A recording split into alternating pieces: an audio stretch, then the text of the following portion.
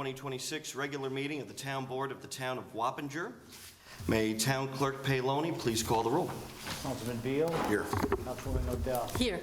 Councilman Phillips. Here. Councilman Casella. Here. Supervisor Cavazzini. Here. In just a moment, we will ask you to join us in rising for the Pledge of Allegiance to the flag. That'll be followed by an invocation led by our good friend, Pastor Nathan Robinson, Chapel Falls Christian Fellowship, and that will be followed by a moment of silent meditation in memory of a dear friend to this town, elected Grinnell Public Library Board of Trustee member Danny Lowney, who passed away recently, and he's also the brother of our receiver of taxes, Leanne Farino. Please rise. I pledge allegiance to the flag of the United States of America and to the republic for which it stands, one nation, under God, indivisible, with liberty and justice for all. Please remain standing. Let us pray. Almighty God, we thank you for the grace and mercy and favor that you have bestowed upon the United States of America. We pray for all who are in authority, and we pray for all of our troops, both here and abroad, that you will watch over and protect them and be with their families as they serve our nation. As we gather here tonight for the town board meeting, we ask that you bless our supervisor, town councilman, town councilwomen, town clerk, and all officials with great wisdom, guidance, and continued vision as they consider the agenda of this meeting. May their labor here tonight continue to bring great help and hope and quality of life to the families and businesses of the town of Wappinger. With the spring weather upon us and many vehicles on the road, we pray for calm, safe travels for all motorists. We pray for all of our emergency services and first responders, that you will bless their life-saving efforts as they continue to serve our community. We give thanks for a town that is safe and offers so much to so many. It is in the name of the God of Abraham, Isaac, and Jacob, and in Jesus' name we pray. Amen. Amen.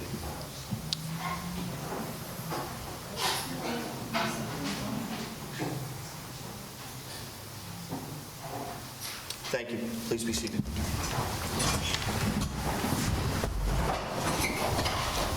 Thank you, Pastor. Thank you. Do I have a motion to adopt the agenda? I'll move it. Second. Moved by Councilman Casella, second by Councilman Phillips. I offered two amendments to the agenda, which is to table Resolution 2026-87 and Resolution 2026-104 to the next meeting. I'll make a motion that to the amended agenda here. Second. To accept it. Just repeat the... Resolutions 87 and 104. and 104. Okay. Seeing no further discussion on the amended agenda, all in favor? Aye. Motion passes. Do I have a motion to acknowledge the minutes from our March 23rd, 2026 meeting? I'll move it. Second. Moved by Councilwoman Odell, second by Councilman Phillips. All in favor? Aye. Motion passes. Folks, we have a public hearing this evening that is on a proposed local law that would void a previous local law that was never actually adopted under the previous administration. That is one of those resolutions that is tabled onto the next meeting. So what I'd like to do is make a motion to adjourn that public hearing to the next meeting. Move. Second. Moved by Councilman Beal, second by Councilman Casella. All in favor? Aye. Public hearing remains open until the next meeting. Do I have a motion to open the public portion of our agenda? So moved. Second. Second, moved by Councilman Phillips, second by Councilwoman Odell. All in favor? Aye. Aye. The public portion is now open. Folks, we encourage you to speak on agenda items. You have 3 minutes. We ask that you give your name and address for the record and to come up to the podium.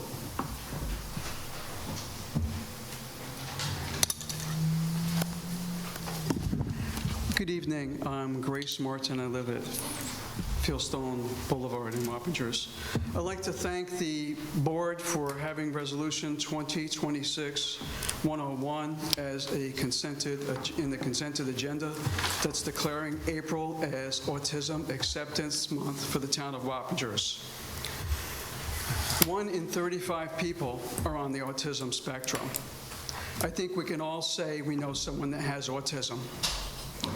Many of those children and people are nonverbal, they're susceptible to loud noises, and some of them even elope, which is basically run away from their parents. Dutchess County is among one of the counties that has many organizations that help people and adults with autism. There's Anderson School up in Rhinebeck. There's Autism Directory Services that works out of Poughkeepsie. There's Taconic Innovations that's in Hopewell Junction. Of course, we all remember Marcus Molinaro, who started the Think Differently program. And of course, there is Blue Path Service Dogs, which is presently housed in Wappinger Falls. Blue Path Service Dogs basically train dogs, and they're gifted to autistic children free of cost. Their main function for those dogs are so the child who elopes doesn't elope anymore. It's actually remarkable. Blue Path services a 2-hour radius of Wappinger Falls, so that's a lot of real estate. Blue Path has been around for 10 years, and in those 10 years, they've graduated 65 dogs, which were gifted to families free of charge. Last year, one of those dogs went to a Wappinger resident, and my husband Michael and I were proud to be at that graduation. The dog's name is Beans, and the child is Grayson. I actually know one of Grayson's teachers, and they basically say Beans has made a remarkable improvement in Grayson's lifestyle as well as his family's. 10 additional dogs have been placed in facilities as facility service dogs. The cost of raising a dog takes $40,000, is estimated to cost that, and it takes 2.5 years. This organization is run by some paid staff and many volunteers. It starts off when the puppies are born. They're in someone's home for those remarkable 8 weeks where it's kind of fun taking care of puppies. There's also puppy raisers that are across the United States, and there's also fosters. And again, it takes 2.5 years, and the families are given these dogs for free. There's also supporters and donors, and that's where my husband and Michael and I come into this, as well as being volunteers. Michael and I have spent many time over the last 6 years helping Blue Paths and being spokesmen for them. We have gone to many of their events, and we have sponsored several of their graduations and have gotten to know their families. Those families will tell you that their world is smaller for their children based upon the stresses when they don't have that service dog. Imagine traveling with some child who potentially can run away, and the stress it also causes on their siblings. The siblings are also very stressed out, knowing that their brother or sister has a problem. So their world gets smaller and smaller. The analogy I'll make is anybody who's taking care of a parent who has Alzheimer's, it's the same thing with autism. The parents kick in, do what parents do, and they protect their child. Unfortunately, by protecting their child, their world gets smaller. Once they get their service dog, their world becomes more normal. Michael and I have proudly sponsored 3 dogs. 2 years ago, our first named dog, Jasper, graduated after 2.5 years of hard work. He is now gifted to a child who lives in Glenville, New York. His name is Jeffrey. Within this last 2 years, their family's plans have greatly changed. They've now gone on a plane to visit family in Wisconsin for the first time, except when the children were held in their arms. They just recently went to a Yankee game. Unfortunately, the Yankees lost. And the most thing that touched Michael and my heart was they sent us a note 3 weeks ago. Jeffrey made his first Holy Communion in church with his dog, Jasper. So again, they even stopped going to church because of the craziness. Our second named dog was Mason. Mason, we actually brought to the senior center last summer, and he has now graduated last year, and he's at Putnam Valley Elementary School as a facilities dog. 3 weeks ago, we got the next surprise of our lives, and we're very pleased to announce we now have our third named dog. He was born 3 weeks ago. His name is Blaze. Michael and I will get to meet him next week. We'll give him a kiss on his head, and we'll send him on his journey for the next 2.5 years. Michael and I, as you know, have been members of this community for over 45 years, and we've made lots of connections. One of those connections is with the Blodgett Library and their director, Julie Spain. She approached me one day because she saw this shirt, and she says, you know, I know you're involved with Blue Path, help me. I said, what do you want, Julie? She says, I want to start a program in my library where one of your dogs can have our children read to them. So I'm proud to say that program will start next week. There will be a Blue Path service dog trainer and facilities program coordinator working with them, and Michael and I will hopefully be there for their very first visit. I want to thank the board for featuring Blue Path in their display case for the months of April and May. April is very important because it is Autism Acceptance Month, and May is also very important to many autistic groups because they hold also their walkathons even into the month of May. I also want to thank you for understanding how that small gesture of having a display from a group that's in Wappingers means so much to these families with children in our community that have autism. Thank you very much. Thank you, Mrs. Martin.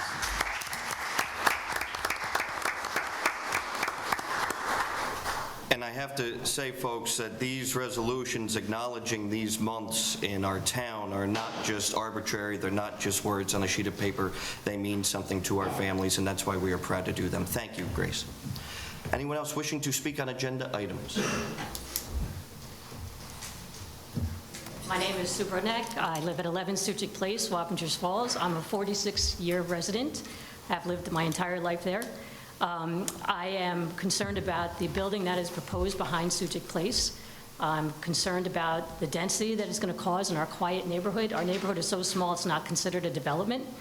I'm concerned about the environmental impacts. We have fox and bear in our neighborhoods already just by the clearing out that's taken place, the impact it will have on our wells and our septics, the impacts it will have on our schools, and the impact that we will have on our quiet neighborhood that has been for my entire life. And I really hope that the board will consider extending the moratorium, considering, making changes to this so that they can continue to do the good work that they have done so far in protecting and preserving our beautiful community. I thank you very much. Thank you, Ms. Brodnick.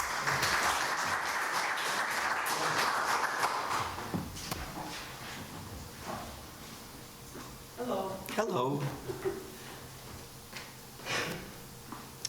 My name is Debbie Arroyo, and me and my husband are owners of 13 Susich Place.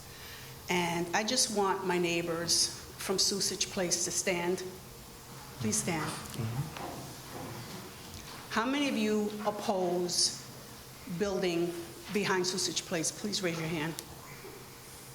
Okay, so I wanted you to see this because we are a very loving community, we know each other, and as Sue mentioned, we're concerned about the impact it's going to have on our quality of life. And so we're worried about, as Sue mentioned, the effect on our water table. Some of our neighbors already have issues with water availability during the summer. So if this proposed housing goes up, that's going to significantly impact our accessibility to water. The other thing is our middle and high schools. We are already overcrowded. I'm a retired school social worker. And when teacher ratio, student ratios, and support services are overburdened, we lose kids. And we don't want that to happen. And that also will impact the kind of services that we have in our community: fire, our police, our EMS and ambulance. We're already spread thin. So the other thing is, as Sue mentioned, the aesthetic. We moved up here because we loved living in the country. I'm from the Bronx. I don't know if you can hear my accent. But I came here, my husband and I, because we love the way the area felt. We love the fact that we looked out our backyard and there was nothing but trees. We've even, in the dead of winter during a storm, walked through there to get to BJ's just for the whatever. That was wonderful. I mean, my husband and I, we're empty nesters, so it's a different lifestyle, but there are families here that have children. And creating traffic and putting a road behind our houses would significantly impact their quality of life and their kids. We don't want a Westchester feel. We want a Dutchess County Wappinger feel. The other thing is taxes. With the increase in the value of these homes would increase our taxes. A lot of us, including myself, are on a fixed income. A lot of seniors, a lot of people on pensions. And as you know, we see every year the taxes go up and up and up. That will also affect our tax base. And the other thing I wanted to say is that we need a impact survey. We need them to come and study the area and the impact this development would have on our environment and our quality of life. And I wanted to ask a question. Prior to any kind of work to remove brush or take down trees, should there be a surveyor there to delineate where the property line abuts to our property and the property behind us? That's my question to you. So in any sort of development process, I would assume that whether they're buying land or they currently own the land, they would get a survey done to determine their leaps and bounds, the meets and bounds of their property. Okay, but in the event that they're going to build on it, and there hasn't been anything there, this land has been untouched, so would there then need to be another survey so that we would know as homeowners where our line is, where our property line is, and where theirs are? Can you just come and just put a stake in and say, this is my line? Everything would have to be done by a licensed surveyor, and then obviously there would be engineered plans and so on and so forth. Okay. So there's not just a shovel that goes into a ground. Okay, all right. So that's what I wanted to say. I wanted you to know that we here on Susich Place, we really are interested and dedicated and want to preserve our community and our lifestyle. Thank you. Thank you.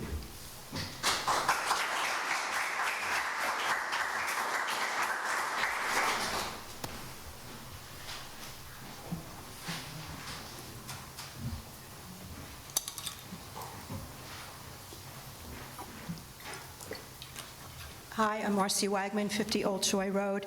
I would like to speak about Resolution 2026-105, which kind of complements what these two individuals just spoke about, and also complements much of the discussion we had when we talked about buying the property for Wappinger Central Park. We're a greenway community. We're part of the Hudson River School of Art. It's an important visual. So to extend the zoning to 5 acres for single-family homes will help preserve that green space that we all crave and want so much. So I really urge everyone to support that resolution this evening. Thank you. Thank you, Ms. Wagman. Would anyone else like to speak on any agenda items? Seeing none, I'll make do I have a a motion to close the public portion? A second. Moved by Councilman Casella. I thought you said Sorry. second. Second by Councilman Phillips. All in favor? Aye. Public portion is now closed. Moving along to our consent resolutions tonight. Resolution 2026-96, resolution accepting resignation of Town of Wappinger employee. Resolution 2026-97, resolution appointing seasonal laborers in the Buildings and Grounds Department. Resolution 2026-98, resolution declaring seeker negative declaration on proposed improvements to the Wildwood wastewater treatment plant. Resolution 2026-99, resolution declaring April as Child Abuse Prevention Month. Resolution 2026-100, Can we rename this? Al Casella, remember?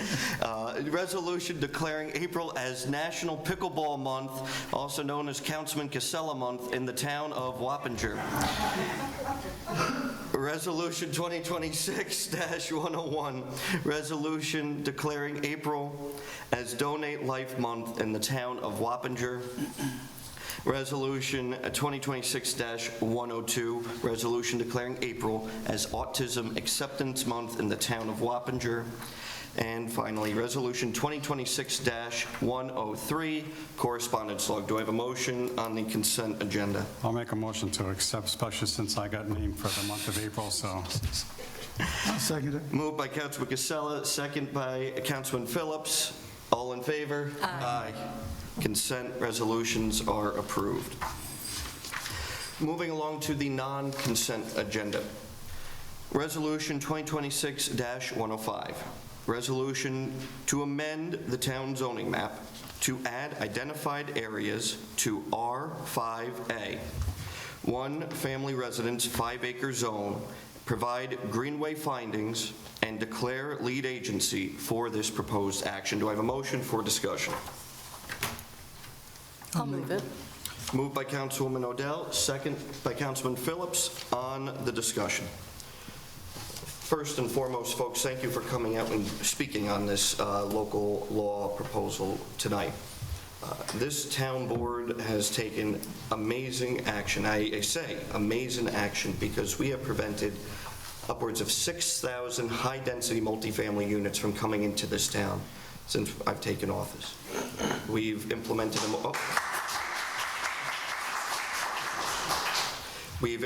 a moratorium, and we are still in that moratorium, and subsequently, we have enacted a variety of local laws prohibiting high-density multifamily housing in single-family zoned areas across this town.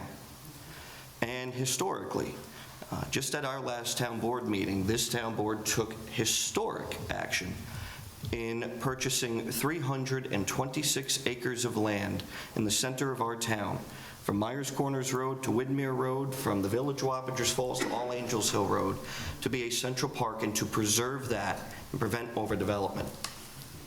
At that meeting, I gave a presentation to the public and to the town board regarding the impacts that residential development have on our town, whether that's traffic, whether that is congestion, impacts on schools, our volunteer fire service, our 2-car ambulance service. These are all issues that we addressed. And for a property such as Cranberry Hills, that is zoned at 2 acres. Prior to us buying that, that is zoned at 2-acre zoning. And as of right, if we did not take that action at our last meeting, there would have been an application for 150 homes in front of this town no later than June, just to put that in perspective. And that is a reality that no one will have to deal with in this town, because that is preserved. So to continue that mantra of this town board and this administration, we have had discussions since January when Nicole joined us via Zoom from the big screen, discussing upzoning a number of properties. And upzoning, what that means is taking a property that is currently zoned for a certain number, let's say R20, which is half acre, or R10, which is quarter acre, and building a number of homes upon that. And folks don't realize that that is the zoning. And the planning board would have no say in a sense, preventing as-of-right applications. So again, as we continue to look at our density in this town, and we continue to look at planning our town for the future, these are discussions that we are having in public session to appropriately plan the town. You know, I say these numbers all the time, but I will say it again. The town of Wappinger, we are at 60% single family, 40% multifamily. We have 4,006 multifamily units in the town of Wappinger. And again, some of these larger parcels that we're going to talk about tonight have been left undeveloped for good reason. They have wetlands. They have steep slopes. They are in very tight areas where, let's say, they only have 50 foot of frontage. And that would mean having to build a whole neighborhood. Whatever it is, there are constraints on these properties that developers in the 70s, 80s, 90s, the 2000s housing boom chose not to develop on these sites. And so, in a sense, the town of Wappinger, by zoning certain properties the way that they are, a lot of these properties remain R20 today, we're false advertising. Folks will come, they'll buy a property, and they'll think that they can put 30 homes there. In fact, I'll give a real-world example. Our Director of Strategic Planning and I had a meeting with a new landowner. He flew in from Miami, purchased a piece of land in this town for $650,000. We knew that this land was pretty well landlocked. You could only access it through an existing neighborhood, and it had significant wetlands, steep slopes, and other features. And we told this individual that at the end of the day, he proposed a beautiful subdivision. He would, of 60 homes, he would only be able to get 2 houses on it. And he said, well, it's zoned R40. I have the, and we said, we understand that. But the state of New York has implemented MS4 stormwater regulations. The town of Wappinger, we have very, very, I would say, strong wetlands laws that not only protect our wetlands, they protect the buffer zone around it. And as it was mentioned during public portion, we're a greenway community. So all of these things that come into play, plus if you're building a road through there, plus if you're doing all of these other things, the restrictions, the laws are not the same as they were in the 1970s. Hell, they're not even the same as they were in 2010 when the comprehensive plan was adopted. So what we're looking to do tonight is have a free-flowing conversation. We have Nicole Allen from the LaBerge Group, our town's planner, here tonight to have a free-flowing conversation. Last time we talked was about 5-acre zoning. Do we want to keep 5-acre zoning? This is about undeveloped parcels in the town, being realistic. If anyone has any recommendations, we can talk about it here. But again, this is an introductory resolution to start the ball rolling and to continue to have open conversation. With that, I will turn it over to Nicole. And if you wouldn't mind speaking into a microphone, that would be great. Thank you. Thank you very much. Can everyone hear me? So the maps that are presented are the same maps that were presented in January. So we haven't made any changes. We're looking for feedback and discussion. There's no officially proposed zoning map. It's all discussion based at this point. So what we had done was look at parcels that were 5 acres or larger as kind of an eligibility starting point and be able to just kind of highlight those on the map. And then we also provided some overlay with where some floodplains were and some of the wetlands were. I have to admit the small map for the 11 by 17 didn't print the wetland. It was too dense of information for the printer today, but it did print on the large one, so we can pull that up if needed. But overall, we're looking at the areas of town that had primarily R40 that would move up to the 5-acre, the R5A. And then there's some areas that are the R20 that would have the ability to be subdivided into much smaller lots. It's kind of where we left off in discussion and just kind of looking for some feedback from the board from what they might want to amend or re-examine. Is there a list of parcels with parcel identification numbers? I can get you that, absolutely. Okay. Yep.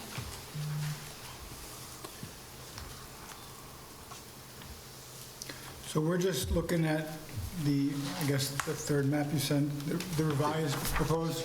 Everything else will stay as is? Right, so from the starting point, we started at all the parcels that were 5 acres and larger, and then the revised one you have there was also shared in January, was we took away all the non-conforming ones or ones that might have been off on their own. It would have looked like they just didn't fit in with a district if they were kind of hanging out there. And so that was what that revised map is, but that's the same revised map that you had in January. So we know Such's Place and we know the Mid-Hudson are there any other proposed developments that this would directly affect? So there are areas across the town, such as the Spook Hill parcel. There are, I mean, you can kind of see right here through the map. There are parcels around Cranberry, including Cranberry. There are parcels such as the one that I was referring to when I met with the gentleman over on Fowler House Road in abutting Indian Village. There are parcels along the Smithtown Road corridor as well.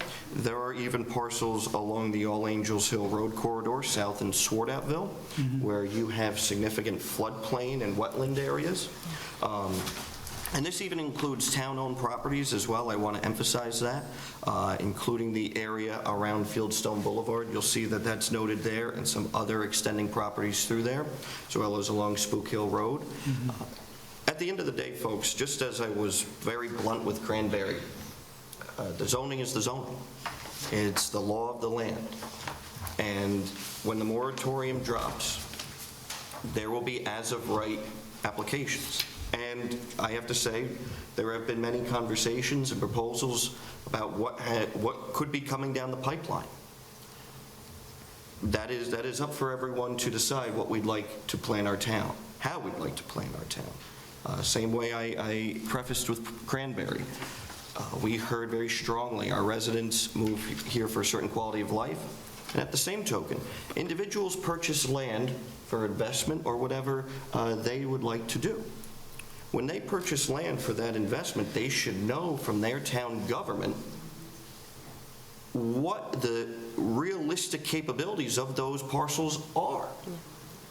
There is a property that I know we are going to get phone calls on. It's not on this, but it was approved by the planning board. And I remember a planning board member came to me and said, how are we able to approve this? This is a 1-acre parcel on Myers Corners Road, right up against the road. It's a very, very tight lot. It's got all of its planning board approvals, right near Henry Drive, and that is going to have 2 houses on it. I know I'm going to get calls about it once the trees start coming down. That is an example of a R20 lot. Some of these parcels here are R10, R20. It just does not make sense in 2026 Wappinger. Excuse me, Joseph, I don't want to interrupt, but you got copies of that? Yes, so they're not back there yet. What we are looking to do, Mr. DiNardo, is have the discussion amongst the town board. This is all a draft discussion, so nothing is finalized or set in stone. We're trying to come up with a consensus amongst the town board first. We don't typically get into question and answer periods. Yeah, it's all good, just because other hands are shooting up. But if my colleagues on the town board don't mind, I would first ask to hear from the town board first, and then we can go. And I can leave these large maps here with the town that you can share if people want to publicly view as well. And again, folks, these are free-flowing conversations. The town board, we want to have an open dialogue to discuss these particular parcels. And from there, as we get a more realistic scope of what this is, so we don't want to alarm anyone, we want to, make sure that the town board has this open discussion, and then from there we'll move forward. So part of what I would like to know is if we need to add another filter of analysis on top of where we're at. So we started with the 5-acre, and we took out some of the non-conforming. We took out some of the parcels that already had a house on it that wouldn't be subdivided. But if we need to go a step further in adding in more wetland buffers or some of the other parameters that you already have in place, just to really view what that development potential could be, would be another piece that we could go. Yeah, so, I would need to evaluate each one of these parcels. I was here in 2010 when we did the comprehensive plan. We looked at these parcels, and it was considered not to be a best practice to do this in 2010. To take the vacant parcels and change the zoning to, R5A.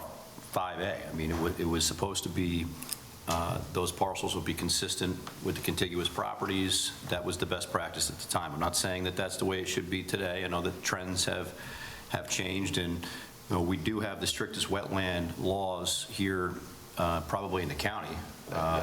So we have we do take that seriously with respect to environmental, but my concern would be a one-size-fits-all approach. I don't think that's the right way to do this. I do understand the concerns from the residents on Susich. I certainly have concerns with the way that's zoned right now. What's the maximum number of units right now that they can put? That is currently zoned R20, and that's a 15-acre lot. Yeah, so R20 equals half acre, right? Yeah, so that's, that's significant. So we want to look at that, obviously. We want to look at, is R5A the right number, or should it be something that's more transition-based, right? Something that, because here's the other side of this, right? There are folks that have reached out to me that own property in this town that are concerned about us doing this. There are people that want to build a mother-daughter scenario on their property. There's people that have bought property with the intent to invest as their retirement.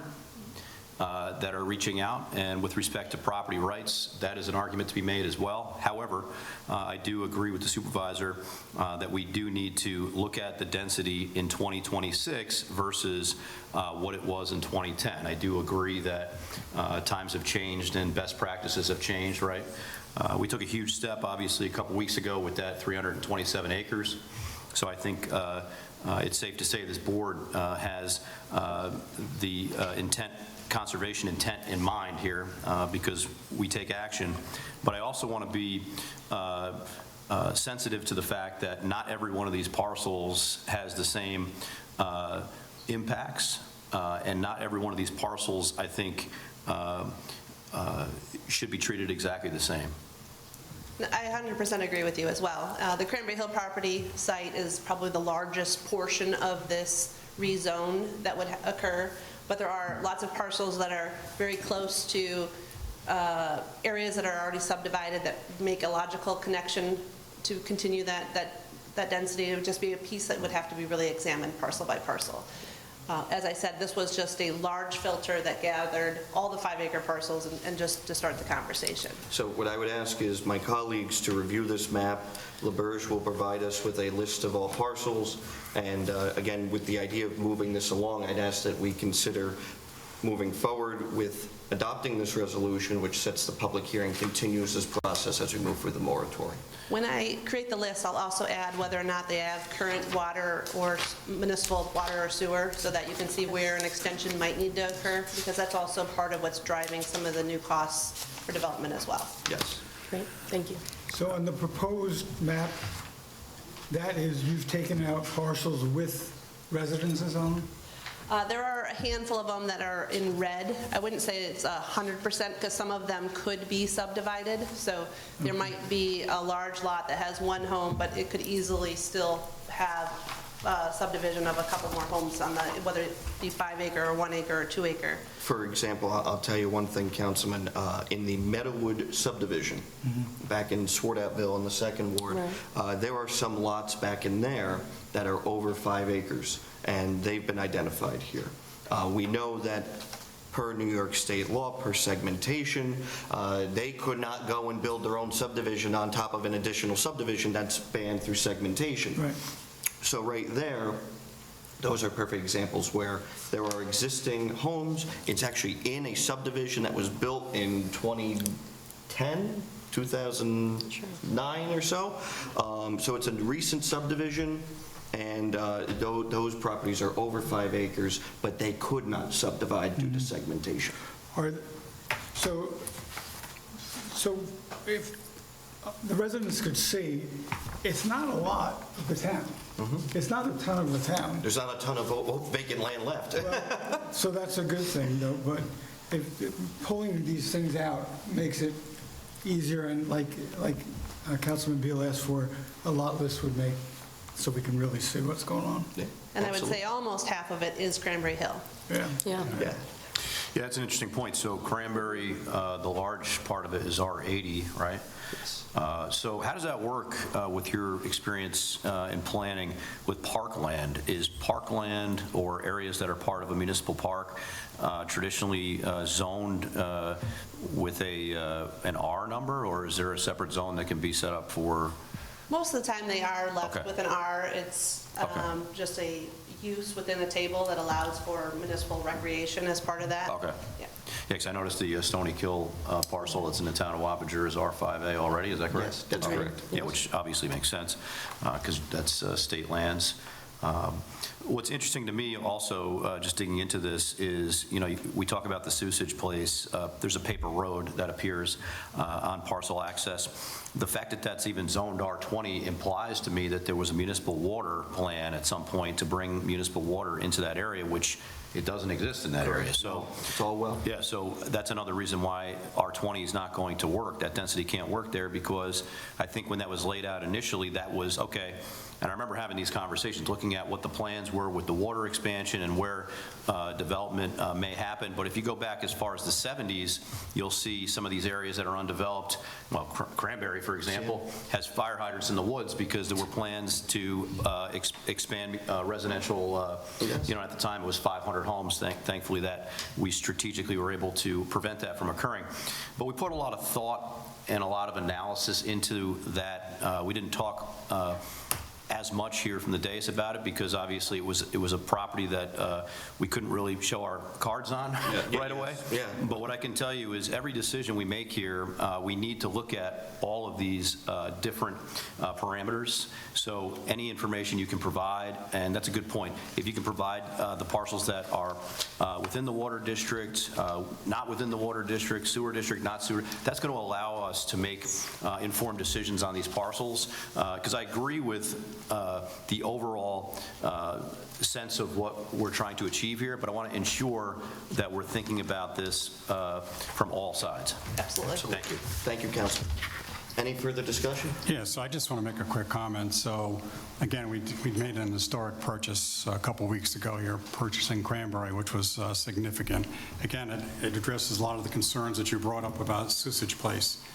Fire, ambulance, EMS, water, sewer. And that's one of the reasons why we made that decision, because it's going to be, as you said, 150 homes. But I do agree with Councilman Beal. I think that we have to take a look at the individual properties, not one size fits all here. I can certainly see from the perspective of the residents that came in tonight that we need to do something, whether it's 5 acres or not. But again, we should take a look at that and see what works here. And again, take a look at water, sewer, what we have, what we don't have, et cetera, all makes sense. But I think, again, each one has to be individually, because there's each piece of property has an individual case that goes along with it. So I'd like to see that information, as Councilman Beal and the supervisor said. Let's see where the water and sewer is, et cetera. But I'd like to make sure that, again, we're doing what's right by the residents. We see how the residents spoke tonight, what their wishes are, and I think we ought to try to get to that where they want to be as best as possible. That's what we're up here as a board, to serve our residents. And so I think that we need to be able to do what's in the best interest, if possible, for the residents, not necessarily the developers. So Thank you, that's my opinion. Agreed. Thank you. The only question I would bring up here is I don't know, based on the information we have tonight, Supervisor, if we have enough information to adopt this introductory resolution, because it includes the number of parcels and number of acres going to R5A, which I'm not comfortable in making that decision right now. I would defer to our planning experts. Sure. The resolution did leave the acres and the parcels blank at the time, so we recognized that we were not at that point, but just wanted to introduce it for discussion purposes. Is that appropriate, Counselor? Well, you're not going to vote on the resolution tonight, correct? You don't want to? I We're not able to, I should say? I would say you are not able to at this time. Yeah, on top of that, for purposes of referring it to zoning, I think they need more information on the exact parcels that are going to be included. Okay. I would say I'd like to get us to a comfortable map that we would like to include as part of that introductory law, and then that would get referred to the planning board as well. So we may have to look at planning a special town board meeting for the purposes of moving this along, because obviously there is a shot clock ticking down on the moratorium whether that council, I don't know if we're able to do a 30-day extension of the moratorium while we are finalizing this. This is the last stretch of the zoning code that we have to get through. What would you say, council? So to extend the moratorium, you'll have to have a public hearing, but considering that you are working at zoning amendments and comprehensive plan amendments, it's an appropriate thing to do, but you would have to schedule a public hearing to do that extension. Okay. But if you table this, are you considered working? Yes. If you table it, then technically you're not working. You table it. It's not on the, Well, you are working on it in that there's been a presentation tonight. The board is reviewing the different lots involved in the presentation. You know, I'm assuming There's it's minutes going to... reflecting that we're actively discussing it. Yes, yes, and working with your planner, you have your experts involved and your consultants involved, so. If council, you can work on drafting that, and we will schedule a special meeting to move this forward. And I can have that requested information in advance of that meeting as well. Thank you. All right, thank you very much. So with that, we have a motion second on the discussion. I make a motion to table the resolution I'll second it. to the next town board meeting scheduled. Second. Second by Councilman Casella. All in favor? Aye. Thank you very much. We will be in touch, everyone. I will leave these as well. Thank you. Thank you. Thank you, Nicole. Have a safe trip back home. Thank you. I will try not to. All right. Thank you, folks. And thank you to everyone for coming out here today. Resolution 2026-106, resolution introducing local law amending Chapter 230, Vehicles and Traffic of the Town Code of the Town of Wappinger to regulate parking on Myers Corners Road. Do I have a motion for discussion? I'll move it. Second. Moved by Councilman Casella, second by Councilman Phillips. As noted in the resolution and as well as the legislative intent of the local law, the town was contacted by the Wappinger Central School District as well as the Dutchess County Sheriff's Office regarding the issue of parking in front of Myers Corners Elementary School during dismissal and drop-off times. There are restrictions when parents can access the property. This is not with the intent to ticket those individuals, but essentially they are creating an unsafe situation of pulling out of Myers Corners Elementary School, pulling out of the cerebral palsy facility, which is located right there, as well as Laredale, and coming up and over the hill in front of Myers Corners Elementary School. The Wappinger Central School District already employs school resource officers through the Dutchess County Sheriff's Office, which are essentially doing traffic control during this time. Their intent is to tell parents to move along and stay off of the road. If they were to park at Laredale, that's perfectly fine with them, but to keep Myers Corners Road open during this time. It's funny, while we were working on this proposed local law, we noted that Myers Corners Road in the area of All Angels toward 376 already has no parking, no stopping, no standing restrictions implemented by the town board. The intent is to work with our partners in the school district as well as the sheriff's office with this accommodation. In all reality, no one should be parking along Myers Corners Road from the westernmost point on Old Myers. So from the Humiston and Deasing property, you can park, but from the Humiston property west toward Route 9 would be no parking through there. As again, there are narrow shoulders, there are turns, there are kids walking through there. Again, it's just not a safe situation. So I will open up to my colleagues' comments. So is the proposal then to have the Sheriff's Department of the school district put a no left-hand turn, so just a right turn out of the Myers Corners School? That's a separate conversation. Okay. So I have to say that I attended the most recent public Works and Capital Improvements meeting of the Wappinger Central School District. Town Clerk Paoloni joined me, as well as our county legislators Kevin Giles and Robert Faust. I made the point of representing the town and saying that we do not need to have more traffic lights in that area, especially with Laredale and Ketchum being right there. We felt very strongly that the school district should make an investment in roundabouts. They can go and get TIP and TAP funding from the state and the federal government to do 2 consecutive roundabouts at Ketchum and Myers Corners. At the end of the day, the school district has created this traffic situation, not the town of Wappinger. I made it very clear that any idea of opening the gate on Fenmore Drive and allowing any sort of vehicular traffic from the school into our residential neighborhoods would not be accepted by this town. We made that very clear that we would not allow that. And again, we offered our assistance in working with the school district on that grant application. We also made a connection with outgoing DPW commissioner at the county, Bob Balkine, in securing those temporary traffic lights, which are connected to a trailer, which the school district is willing to deploy as needed. Because again, Myers Corners Road consistently does not need traffic control devices. It needs it for strategic times.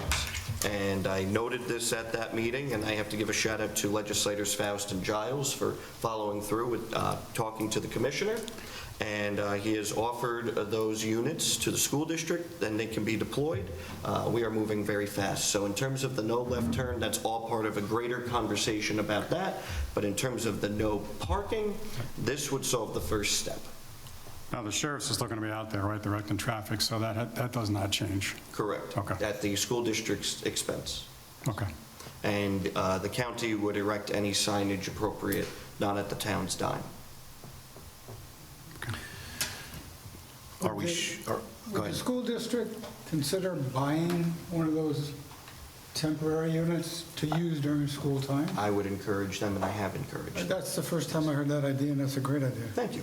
And the county has deployed those when they've done road work throughout the county, and I felt very strongly that that would be a good option. And again, our county legislators followed through and said that that is an option. So we have been in contact with county personnel on this, fully supportive, as well as school district personnel. The county has relayed to us that the town of Wappinger maintains home rule authority on vehicle and traffic law, including on county roadways. We've implemented no parking on county roadways, such as All Angels Hill Road in Swordoutville, other sections of Myers Corners Road, and again, that this would be appropriate for the town board to take action at the county's recommendation. So we're sure we have jurisdiction on this road? Correct, and you can review the town code and you'll see additional areas where we have. Right, I understand that. I just don't know that the town code's legal. No, yes, this was at the request of Dutchess County. Right, because if we are enacting this law on a county road, we have to enforce it. And the signage that's being put up, who's paying for the signage? The county of Dutchess has assured us we pass the law, they'll pay for the sign All right, and so install the sign.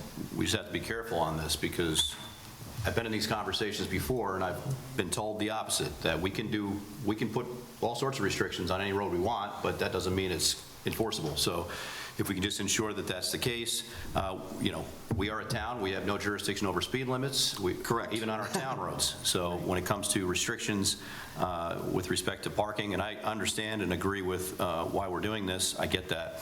I would, be careful with the temporary traffic lights, because there are sight distance issues with respect to those that can create challenges. I'll just leave that right there. So whatever we can do to support the school district with that particular intersection, certainly I'm all for. Let's just make sure that whatever we do is enforceable. That's all. Absolutely. And I spoke to Sergeant Riley as well from the Sheriff's Office. Again, the intent is not to ticket our residents, it's to encourage them to move along elsewhere as well, so. Because that's the challenge, like when you go to JFK, right, where you can't stop, right? So then where do those people go now that can't get in? Are they just going to drive around in circles? Because you got to look at inadvertent impacts, right? So are they going to go down to Laerdal and sit there? Are they going to go up to the next place and sit there? So we have to kind of look at this holistically on the reason why those cars are sitting there is they can't physically get into the parking lot because there's not enough room. Yeah. So this might be a short-term solution, but perhaps a larger capital improvement within that property, whether it be expanding the parking lot or doing some re-engineering of the ins and outs. Yes. And again, most of these schools, it's one way in, one way out. That's the challenge, right? And many parents are choosing to not bus their kids for some reason, and it ends up increasing the number of cars that are coming in and out, right? So I support the effort. I just caution us on ensuring that we're not creating any secondary impacts, that's all. Absolutely. Thank you, Councilman. And we can loop you in on those conversations as well. Appreciate it, thank you. Thank you, from your county capacity. Yep. Okay. Seeing no further discussion on the local law proposal, this is scheduling a public hearing. So we had a motion and a second. All in favor? Aye. Motion passes. Thank you very much. Moving along to items for special consideration and new business. Thank you, Nicole. Again, as I noted earlier in the agenda, we, at our last meeting, took a historic action in purchasing Cranberry Hills. And that is another step moving forward to creating a town central park. I had the opportunity to walk and navigate the property just this past Friday at the permission of the property owner with our town supervisor of Buildings and Grounds staff, as well as our town trail wardens, to get a scope and a real lay of the land before we do a town board field trip to the site. I wanted to share some of these images from our field trip, which I thought were just absolutely incredible, of this 326-acre parcel. This here is actually a part of the southern wetlands that run along that property and actually are part of a historic cranberry bog that exists on that property. The town, we have a relationship with our farmers at Carnwath Community Farming, the Kolb family. They've expressed interest in maintaining those cranberry bogs there, but I thought that that was a neat destination to point out. There are a number of creeks that run through the property as well, and I thought that this was a really neat scope. So there are two creeks that divide. This one here actually travels from Lake Oniad under Myers Corners Road north toward Greens Pond at St. Nicholas Road, and then cascades over the dam into the Wappinger Creek at the airport. There's another creek that also flows into the Hunter Creek down in Hewsonville, but truly, truly interesting. There are a number of existing trails, and the idea is to keep this park passive. We would want to encourage our residents to connect. This would be, as I noted before, the great connector of our town, connecting the Wildwood neighborhood to Ketchum High School, All Angels Hill Road to the Village Wappingers Falls. So we were able to navigate a number of these trails there, which were impressive. As well as a number of these rock outcroppings throughout. We received a number of comments that this is a healthy forest that we've invested in. This is not scrub brush, this is not landfill, this is essentially virgin land that the town has acquired, and I wanted to pass that along to you, our residents. In moving along, we've been continuing to get our parks and recreation facilities ready for the 2026 season. Sal and his team, our supervisor of Buildings and Grounds, have been working around the clock. We have some great improvements, such as, again, last year, we were able to secure our sponsorship of revitalizing the Tyler Adams soccer pitch at no cost to the town from Scott's Miracle-Gro Grass Seed. That will be moving forward in the next couple weeks. That is a 100% investment from Scott's to build a beautiful new soccer pitch out at Martz Field for our kids to use. We're very excited on that investment, and again, our relationship with Tyler Adams and his family to get that done. We're also moving forward with expanding a third volleyball court out at Martz Field. That was paid for by our friends at the volleyball organization that currently rent from us. So that is an investment made by them. We will be adding the additional court soon. Carnwath Farms, the chapel at Carnwath Farms is pretty well rented. We had our first facility rental for the year, and they were able to utilize our new Prep and Catering Kitchen, which is just off of the chapel there. We were very, very impressed with the in-house work that we're able to get done with our Buildings and Grounds team. So we're very excited to open that. It was a baby shower that was hosted in the chapel over the weekend, and they were able to get that done by then, so it came out beautiful, a nice new destination to the town. And I have to give a special shout out to the Friends of Carnwath Farms as well as Air Masters. Air Masters, which is a local HVAC company based in the town of Wappinger, dedicated 10 of their employees, paid them for the day, no cost to the town, and had them do a number of landscaping improvements around the park, as well as a number of our residents. Town personnel came out and participated in the cleanup in the park, and I wanted to give them a shout out for that. This town board gathered at our Robinson Lane Baseball Complex over the weekend for opening day. And I have to say, that was one of the best opening days I've seen in a long time. The weather certainly helped. There were hundreds of kids, hundreds of families there. It was a beautiful day. Councilman Beal and I got sunburned. Mine cured a little better than his did. But we also had the great opportunity of recognizing our Town of Wappinger girls softball team and being New York State champions last year. So this town board and made the investment in purchasing this sign, which is placed on their home field, and it was great to have everyone there over the weekend. So I had to give a special shout out there. Saturday was definitely an action-packed day in the town. I went from 7 o'clock in the morning. I did not get home until 10 o'clock at night at the Chelsea Fire installation dinner that night, but we also had our Joseph J. Ennisser 5K. Huge success. Jessica, what was our final number? 88 participants. Haven't seen that in a long time. Huge shout out for everyone who participated there. Very happy to see that.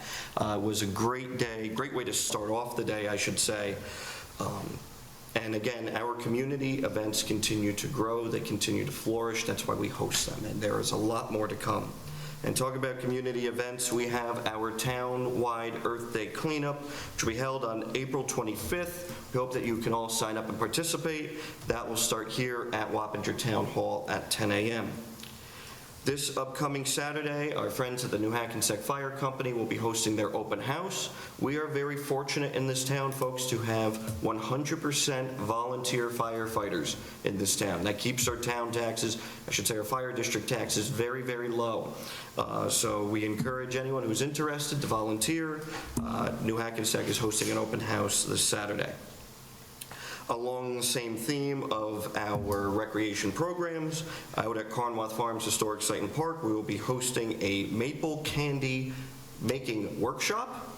That is hosted by our recreation department as well as Carnwath Community Farming. Folks, this is syrup that they actually tapped from town park trees, and you'll be able to make candy with it. They were testing it out today in the senior center. Don't know where to begin with that, but we encourage you to come out on April 26th. We'll get there. I'm sure you will, but I have full faith in you.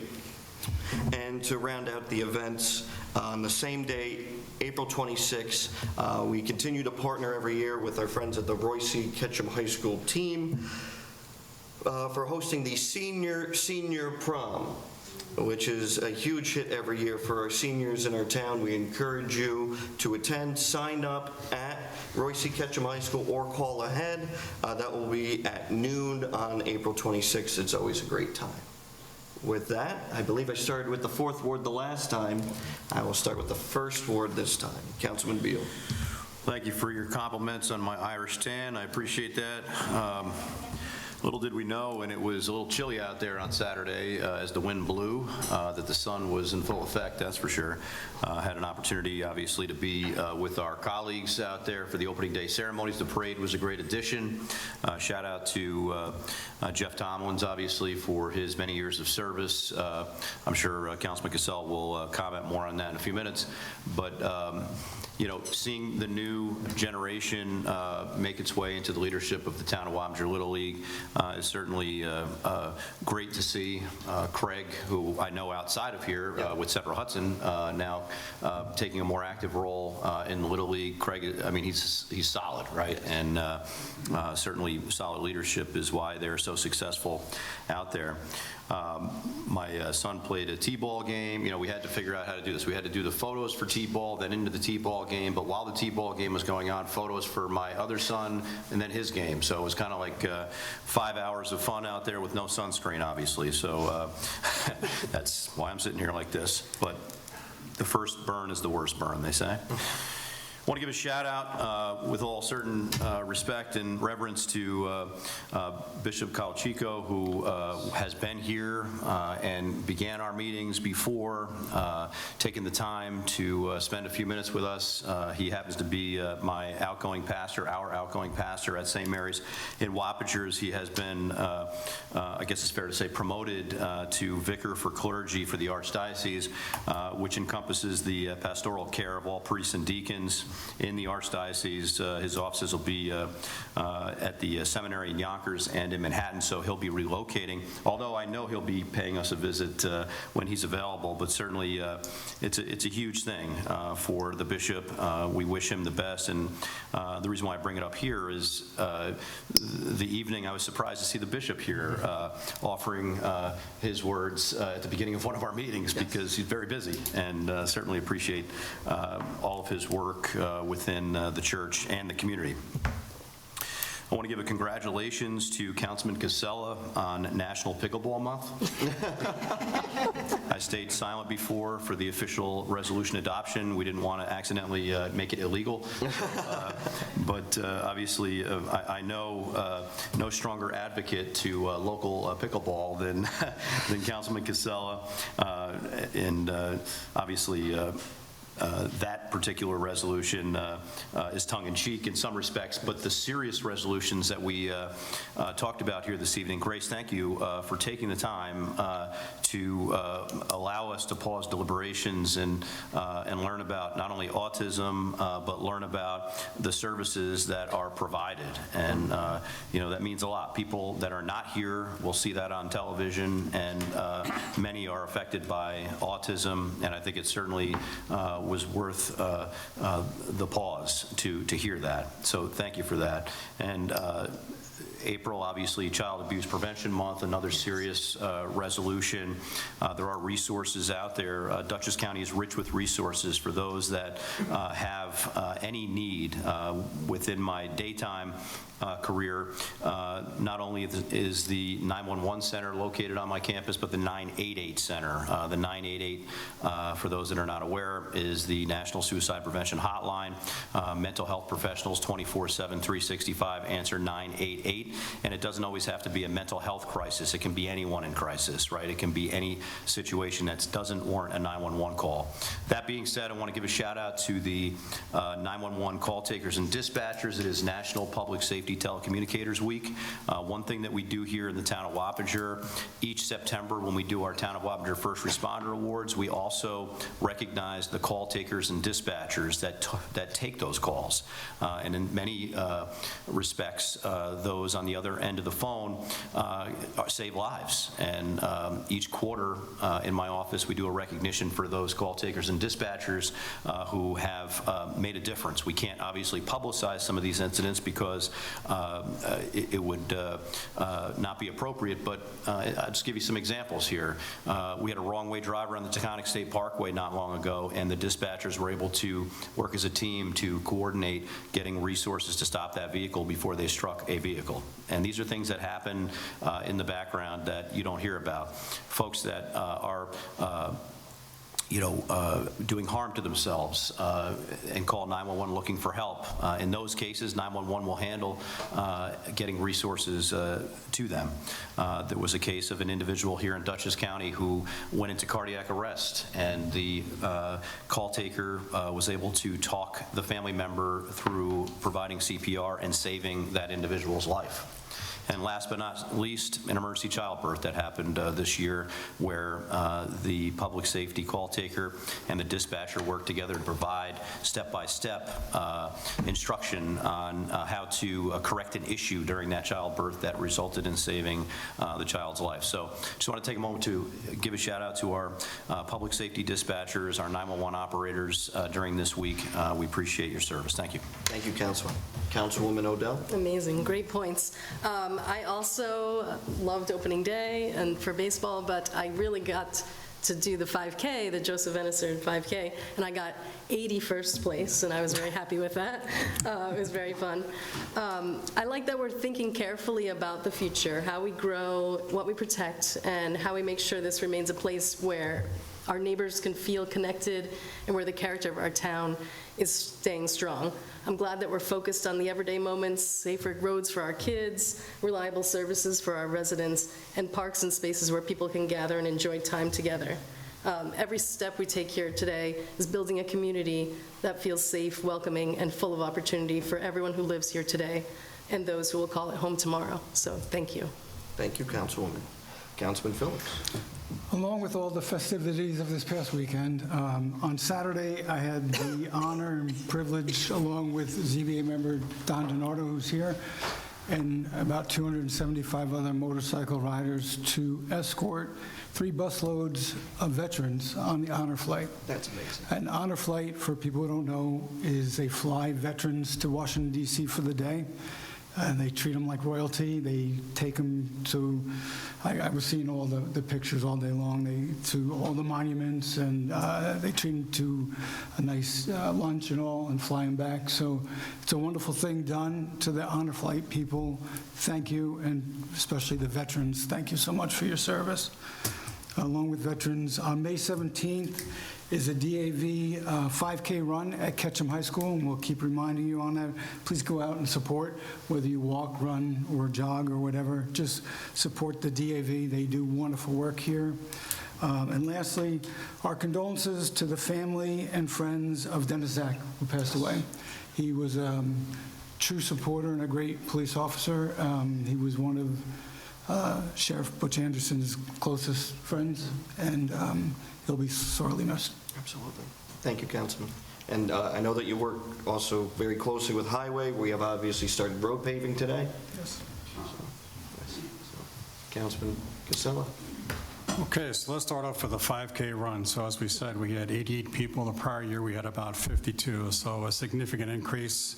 I've been a sponsor of that event for the last 6 years, so since it's been in existence, and been proud to be a sponsor. Actually, with the exception of this year, actually participated and actually walked it, didn't run it. But I was in that. This is the first year because we had Little League shortly after that, so we didn't get a chance to stay to do it. Thank you for Heather for doing that. We also had opening day for Little League, as the supervisor talked about.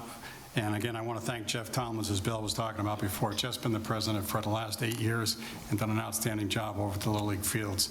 But he had a number of other people retiring. There's 8 other members that retired along with Jeff, and they've just done an outstanding job maintaining the fields, you know, cooking, doing a lot of different things. And it takes a lot of work, and it's all volunteers, which is, you know, something wonderful that, again, if you've ever coached it before, you know it takes a lot of time and effort to be there. I coached in the league for 7 years and was director of publicity for a number of years as well. So I know what it takes to be in that. I also like the fact that we did the parade for the first time as well, which we have not done in a long time. And I'm going to take a little credit for this, but I actually paid for the sign that they had for the 12U softball girls, so that came out of pocket for me. So it was an honor to be able to do that, and so it was very nice. I will also say that, you know, paving, one of the things Supervisor and I did, we're looking at, in addition to the roads that were started today, we're looking at doing a couple other facilities. So the community center over at Slide House Park, we want to see if we can get that paved. We want to do Reese Park, we want to do Carnworth, but the other thing we're looking to do is over at Airport Drive. If you've ever been to Airport Drive before, that road's terrible over there. It's for soccer. And so we're looking to see if we can't get that on the list as well. Because again, you know, we did a lot of work over at Regency Drive where we paved it over there. We're trying to do a lot more work for soccer. And speaking of soccer, we talked about Martz Field a little bit. So actually the Buildings and Grounds team is going to start on Monday to start digging it up. I talked to Sal, so Chris Shore has actually reached out to me and wanted to use the field this week, so he said it was okay, but once they dig up the field, they'll be able to put down the topsoil, and then they'll have to go out there and put the actual turf down there. So it's probably going to be a long process, but they're going to start on Monday, start to dig their field up, so something there. From a looking at, we have Earth Day on the 25th as the supervisor. We also have Chev the Meds also on the same day, sponsored by Assemblyman Neil Beepin. That also starts at 10 o'clock as well. So we want to make sure if you can get out there, that's another good thing. As far as National Pickleball Day, I know Bill likes to pick on me a lot on that, but the reason why they talk about that all the time is because I was actually one of the ones that went out with the group, a company called Craftco. And we actually did all the lining of that, putting all the poles and everything in. It was back in 2022, and so we have one of the best pickleball courts in all of Dutchess County, and that's something I'm very proud of, as well as also getting Wi-Fi over at Robinson Lane. I got that put in for free, and I want to thank Altice for helping me do that back in 2023, so a great thing from a number of companies. Also, child abuse, glad to be a sponsor of CPCA. Every year I've been doing that for the last 5 years. I think it's a great cause, and I think that's something that we should continue to do as a team here. And then as Councilman Phillips said, the May 17th DAV, actually I already sent my money in, so I'm going to walk that event too. I think it's a great event that if we can participate in. And that's pretty much it, so thank you. Thank you, Councilman. There is a need to enter into executive session for the purpose of interviewing a candidate for an open town position. Do I have a motion to enter into executive session? I'll move it. Second. Moved by Councilwoman Odell, second by Councilman Beal. All in favor? Aye. We will return in open session, folks. Thank you.